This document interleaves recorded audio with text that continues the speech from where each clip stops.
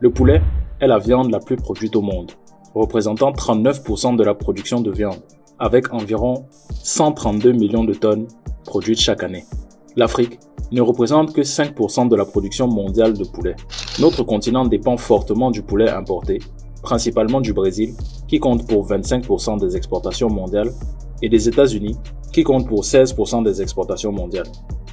Environ 20% de la viande consommée en Afrique provient de l'étranger, et nous importons plus de 2 milliards de dollars de poulet, faisant de nous le continent qui importe le plus de poulet au monde. Quelles sont les conséquences de cette dépendance? Comment protéger le poulet local? Sans plus tarder, sautons dans ce Wassasso. L'industrie du poulet en Afrique présente des situations très diverses en termes de production et de dépendance aux importations. Selon la capacité de production et la demande locale, on peut classer les pays africains en 4 catégories. Dépendance complète. Ces pays n'ont pas la capacité de production suffisante pour satisfaire la demande locale et dépendent quasi entièrement des importations de poulet.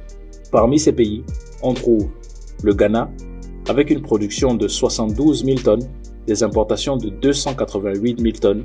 Le Ghana dépense 410 millions de dollars annuellement pour s'approvisionner en poulet.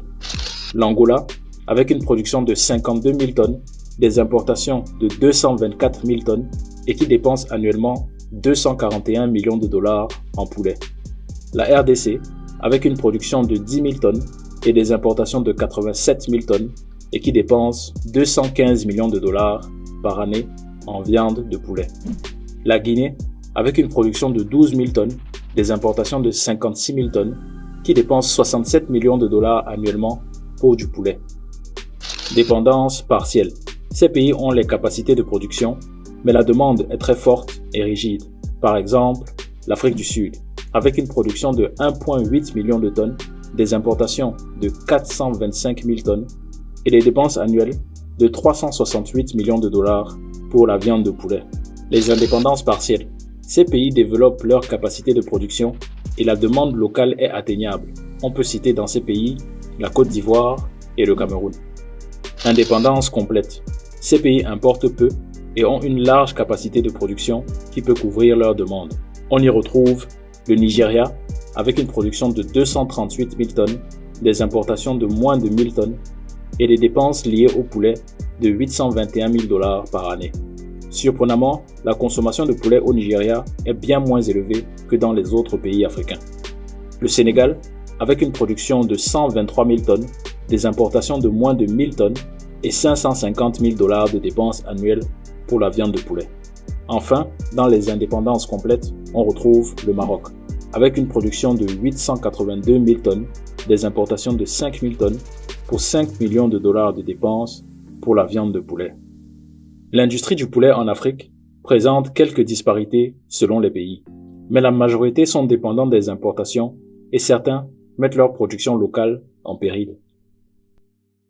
L'industrie du poulet au Ghana est confrontée à une forte dépendance envers les importations qui nuit considérablement au secteur de la volaille locale. En 2020, les importations de poulet représentaient 90% de la consommation totale du pays, avec des importations 4 fois plus élevées que la production nationale. Malgré une taxe d'importation de 35% imposée par le gouvernement ghanéen pour protéger son industrie locale, la différence de prix entre le poulet local et le poulet importé reste très importante. Le poulet importé coûte en moyenne 3,5 $ le kilo contre 15 $ le kilo pour du poulet local. Cette dépendance aux importations a des conséquences néfastes sur l'économie et sur les producteurs locaux. Au début des années 2000, le poulet local était plus prospère et plus vendu sur les marchés ghanéens. Mais la concurrence des importations a poussé de nombreuses entreprises nationales à abandonner la production de poulet pour se concentrer sur la vente d'œufs, une activité beaucoup moins lucrative. L'industrie du poulet au Sénégal est un exemple de réussite. Le pays a instauré plusieurs mesures protectionnistes efficaces qui lui ont permis de développer une large capacité de production et réduire sa dépendance aux importations. Cette réussite est en grande partie due à l'embargo sur les importations de volailles mis en place par le gouvernement sénégalais en 2005 en réponse à la menace de la grippe aviaire. Cet embargo n'a pas été levé par la suite. Cette mesure a favorisé le développement de l'industrie locale de la volaille en protégeant les producteurs nationaux contre la concurrence des importations. Grâce à l'embargo, les producteurs sénégalais ont pu investir dans la modernisation de leurs installations et la formation de leurs employés, ce qui a conduit à une amélioration significative de la qualité et de la quantité de leur production. Le cas du Sénégal illustre comment des mesures protectionnistes bien appliquées peuvent soutenir le développement d'une industrie locale et créer de la valeur ajoutée pour son économie. Les importations posent un problème majeur à l'industrie du poulet en Afrique du Sud.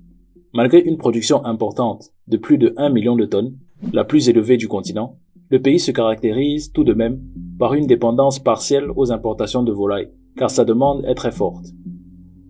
Au cours des dernières années, des tensions ont éclaté entre l'Afrique du Sud et ses importateurs de poulet, principalement les États-Unis.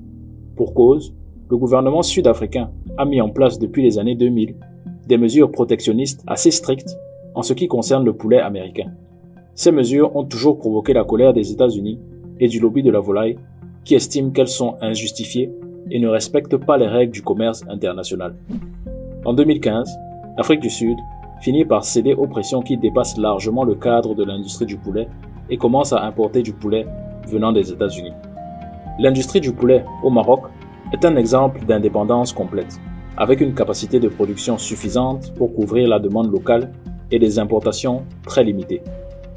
Parmi les acteurs majeurs du secteur avicole marocain, on trouve Zallar Holding, une entreprise marocaine qui emploie environ 3000 personnes et domine le marché de la volaille au Maroc. Créée par Mohamed Chahouni, cherche à étendre son succès au-delà des frontières nationales et à conquérir d'autres marchés africains, en particulier en Afrique de l'Ouest. L'expansion ouest-africaine a débuté au Sénégal et le groupe envisage de se développer dans d'autres pays tels que l'Angola et le Nigeria.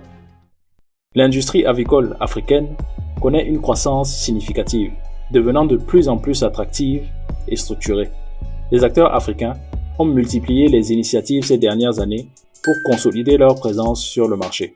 En 2016, la société ivoirienne de production animale, Cipra, s'est installée au Burkina Faso, tandis que les Sénégalais de Sedima ont investi plus de 7 milliards de francs CFA au Mali l'année suivante. Plus d'une dizaine de pays africains, dont le Sénégal, la Côte d'Ivoire et le Maroc, ont choisi de protéger leur marché d'une manière ou d'une autre en limitant les importations. Cette stratégie leur a permis de stimuler leur production locale et de renforcer leur secteur avicole. L'implantation du géant américain du fast-food, KFC, en Tunisie, en Côte d'Ivoire et au Sénégal peut être vu comme un signe qui illustre également l'attractivité croissante et la structuration du secteur de la production de poulet en Afrique. La production locale de poulet offre des avantages considérables pour les économies africaines, créant des emplois et contribuant à la croissance économique. Nous sommes arrivés à la fin de ce Wassasso. Il est certainement possible d'envisager une industrie du poulet qui non seulement comble sa demande intérieure et soutient son économie locale, mais aussi renforce la coopération avec d'autres pays africains. Nous restons sur ces réflexions. La filière avicole de ton pays se débrouille comment? Comment fait-elle face aux concurrents internationaux? J'attends vos avis en commentaire et n'oubliez pas de vous abonner à la chaîne. Tous les liens utiles sont dans la description.